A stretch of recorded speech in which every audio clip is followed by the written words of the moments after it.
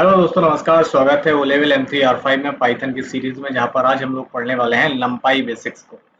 नमपाई क्या होता है, कैसे इंस्टॉल करते हैं, क्या इसकी विशेषताएं हैं और क्यों हम नमपाई यूज करेंगे। इन सारे पॉइंट्स को आज के ट्यूटोरियल में अच्छी तरीके से पढ़ेंगे, समझेंगे और जानेंगे। पढ़ते हैं इस क्लास में, आगे स्टार्ट करते हैं आज की class. Let's begin this topic.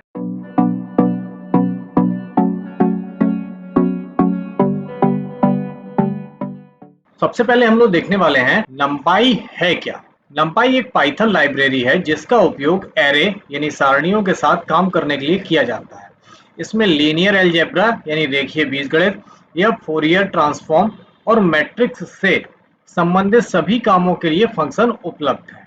ठीक, अब एक लाइन ये डेफिनेशन हो गई। अब यहाँ पे line by line, word by word समझते हैं कि ये सारी चीजें क्या है। नम पाई, अब नम और पाई को अलग अलग करते हैं। तो जो नम है, num is equal to number, है ना। Num is equal to number और pi is equal to Python. ठीक, पाई इज इक्वल टू होता है पाइथन, यानी पाइथन की एक ऐसी लाइब्रेरी जिसमें हम मैथमेटिकल यानी नंबर से रिलेटेड सारे काम करते हैं, उसी को हम नमपाई लाइब्रेरी बोलते हैं। पाइथन में ऐसी बहुत सारी लाइब्रेरी हैं, बहुत सारे हमने मॉड्यूल्स पढ़े हैं। उसी तरीके से नमपाई एक लाइब्रेरी है जिसका सबसे ज्यादा यूज मशीन लर्निंग या एआई में किया जाता है। अब इसमें हम करते क्या है, इसमें एरेज का यूज होता है। एरे हमने ऑलरेडी पढ़े हुए हैं, तो एरे के साथ यहाँ पे काम करने के लिए सुविधा मिलती है हमें, जिसमें हम लीनियर अलजेब्रा या फोरियर ट्रांसफॉर्म या मैट्रिक्स जैसे कैलकुलेशन करते हैं। तो ये था हमारा नमपाई का इंट्रोडक्शन कि नमपाई कैसे काम करता है। अब आप कहेंगे कि सर हम एरे तो पहले भी यूज कर रहे थे, फिर नमपाई में क्यों यूज करेंगे। वो आगे समझेंगे क्यों यूज करेंगे। नमपाई की शुरुआत 2005 में हुई थी, ट्रेविस ओलिफेंट द्वारा बनाई गई थी। यह एक ओपन सोर्स प्रोजेक्ट है और आप इसे निःशुल्क उपयोग कर सकते हैं। जैसे हम पाइथन को, जो हमारा पाइथन है, ये भी एक ओपन सोर्स है, ओएस है, ओपन सोर्स है, वैसे ही पाइथन में नमपाई भी ओपन सोर्स है। नमपाई का पूरा नाम है न्यूमेरिकल पाइथन, जो मैंने अभी आपको बताया है। अब आगे देख लेते हैं।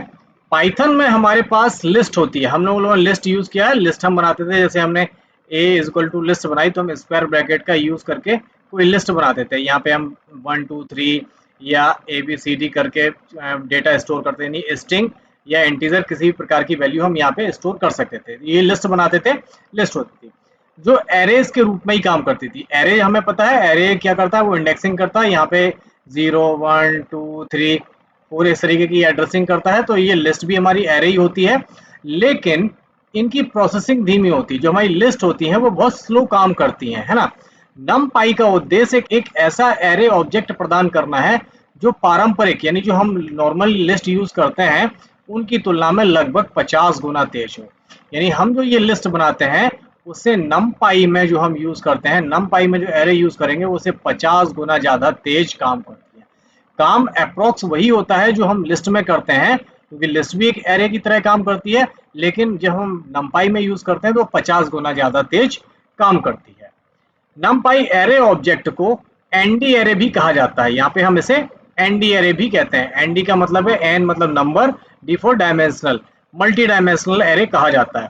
यह सहायक फंक्शन प्रदान करता है जिससे एनडी एरे के साथ काम करना बहुत आसान हो जाता है। जहां पर हम अगर एनडी एरे शब्द सुनेंगे तो समझ लेना कि हम इस समय नमपाई की बात कर रहे हैं। एन फॉर नमपाई मान लेते हैं, डी फॉर डायमेंशनल और एरे। ठीक है, तो ये समझना आसान हो जाता है जब हम नमपाई के साथ काम करते हैं। एरेज का उपयोग डेटा साइंस की में बहुत ज्यादा किया जाता है। यहाँ पर स्पीड और रिसोर्सेज का विशेष महत्व होता है। मैंने अभी बताया मशीन लर्निंग में सबसे ज्यादा यूज किया जाता है नमपाई का, क्योंकि मशीन लर्निंग में, आर्टिफिशियल इंटेलिजेंस में डेटा साइंस बहुत ज्यादा यूज किया जाता है, जहां पर स्पीड मायने रखती है। आपका कैलकुलेशन कितनी ज्यादा तेजी से हो रहा है, इसी वजह से जो 50 गुना तेज है ना नमपाई, इसी वजह से हम इसका यूज करते हैं एरेज की जगह पे। क्लियर? अब समझ में आ गया होगा कि नमपाई एक्चुअली में है क्या और हम क्यों यूज करते हैं। ये समझना बहुत आवश्यक था कि हम नमपाई को क्यों पढ़ें। ठीक, जबकि हम नमपाई वाले काम ऑलरेडी पाइथन में कर चुके होते हैं। अब देखेंगे कि नमपाई को इंस्टॉल कैसे करते हैं पाइथन में। अगर हमारे सिस्टम में पहले से पाइथन और PIP इंस्टॉल है तो नमपाई को इंस्टॉल करना बहुत आसान है और इसे हम ये कमांड देके इंस्टॉल कर सकते हैं।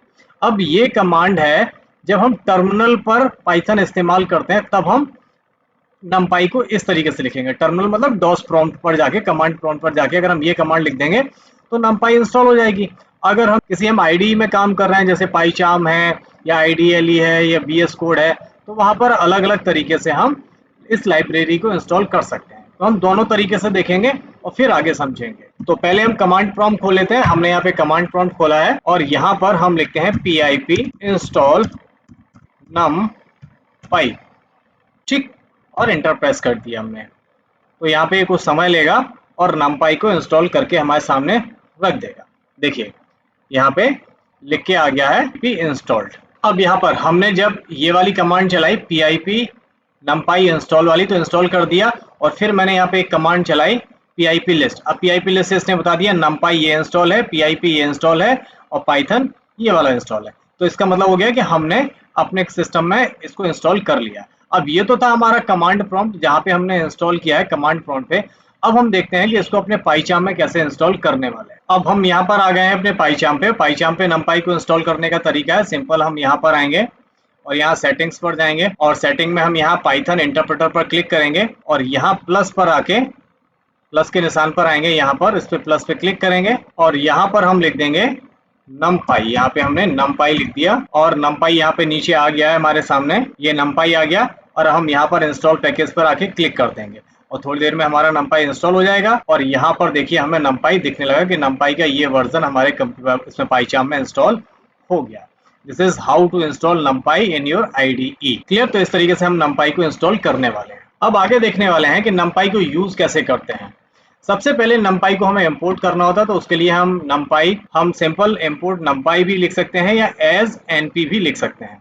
ये इसके बारे में हम डिटेल में आगे पढ़ेंगे, लेकिन आपको पहले जब भी numpy यूज करेंगे तो आप कुछ इस तरीके से आपको सिंटैक्स लिखना पड़ेगा, इंपोर्ट करना पड़ेगा। जैसे हम other library, other module, package import करवाते हैं, उसी तरीके से हमें numpy इंपोर्ट करवाना पड़ेगा। तभी हम numpy के अंदर जो भी एरेज थे वो हम यूज कर पाएंगे। अगर हमने इंपोर्ट नहीं करवाया तो नहीं कर पाएंगे। अब हम इसको यूज करके प्रोग्राम बनाना देखते हैं कि हम प्रोग्राम कैसे बना सकते हैं।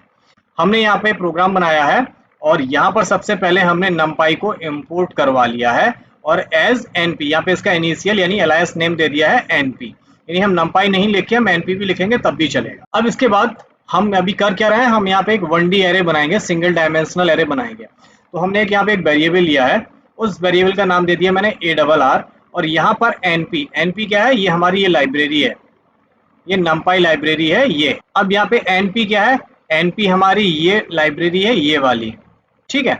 और एरे क्या है, एरे numpy के अंदर जो फंक्शन डले हैं वो है, ऐसे बहुत सारे फंक्शन हैं, तो हम यहाँ एरे यूज करें क्योंकि हम numpy में एरे के साथ ही काम ज्यादा करते हैं। अब एरे के अंदर हमने एक लिस्ट बनाई है। लिस्ट देखा यहाँ पे स्क्वायर ब्रैकेट यूज हुआ है, इसका मतलब यहाँ पे एक लिस्ट है और लिस्ट में हमने कुछ न्यूमेरिक यानी इंटीजर वैल्यू 1 2 3 4 स्टोर कर दी है। क्लियर?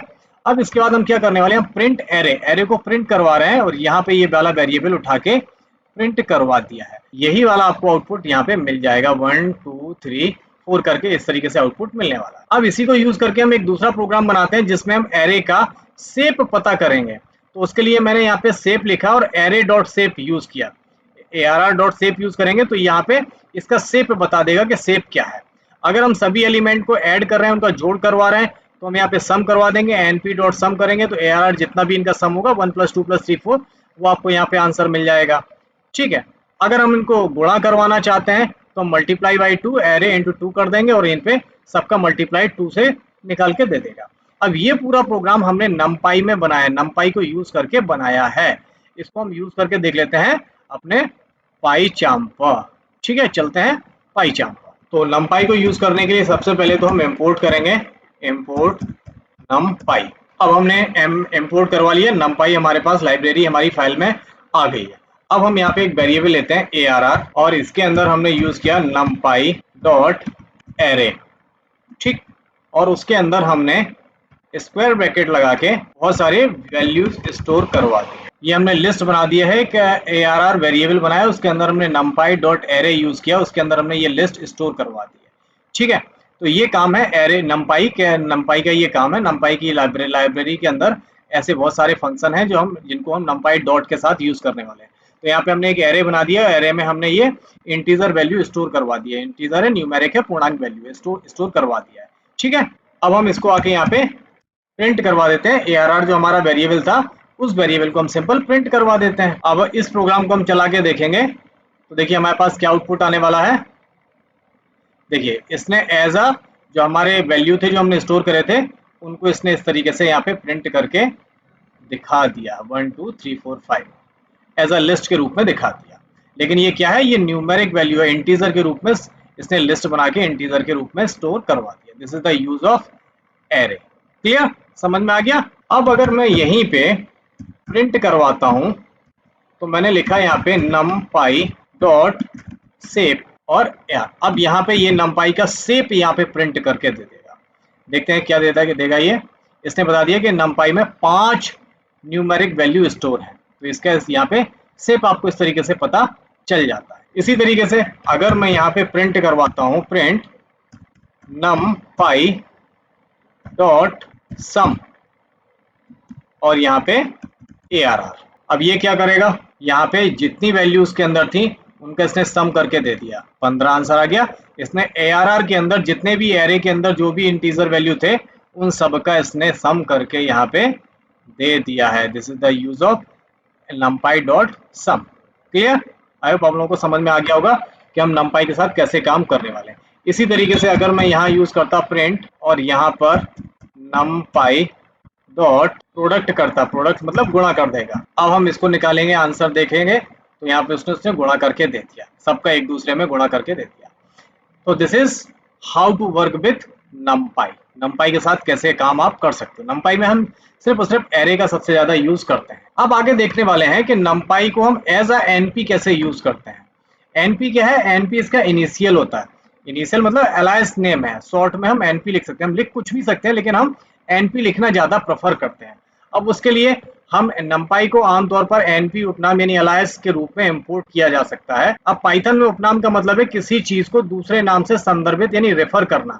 जब हम किसी मॉड्यूल को इंपोर्ट करते हैं तो हम उसे एक छोटा या आसान नाम देकर उपनाम बना सकते हैं। तो उसके लिए हमें क्या लिखना होता है, हम एज कीवर्ड का यूज करके किसी भी मॉड्यूल को उपनाम बना सकते हैं। हम इंपोर्ट numpy एज np लिखेंगे तो वो इंपोर्ट हो जाएगा। जैसे मैंने यहाँ पे प्रोग्राम बनाया, मैंने लिख दिया इंपोर्ट numpy एज np। ठीक, अब जहां पर हम numpy डॉट एरे लिख रहे थे ना, वहां पर np डॉट एरे लिखेंगे तब भी काम चलेगा। जैसे देखिए np डॉट एरे लिख के भी हम काम कर सकते हैं।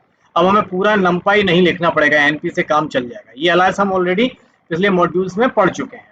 इस तरीके से हम काम करने वाले हैं, तो देख लेते हैं इसको भी यूज करके। अब यहाँ पर हुआ क्या है, हमने numpy को np के नाम से इंपोर्ट किया है।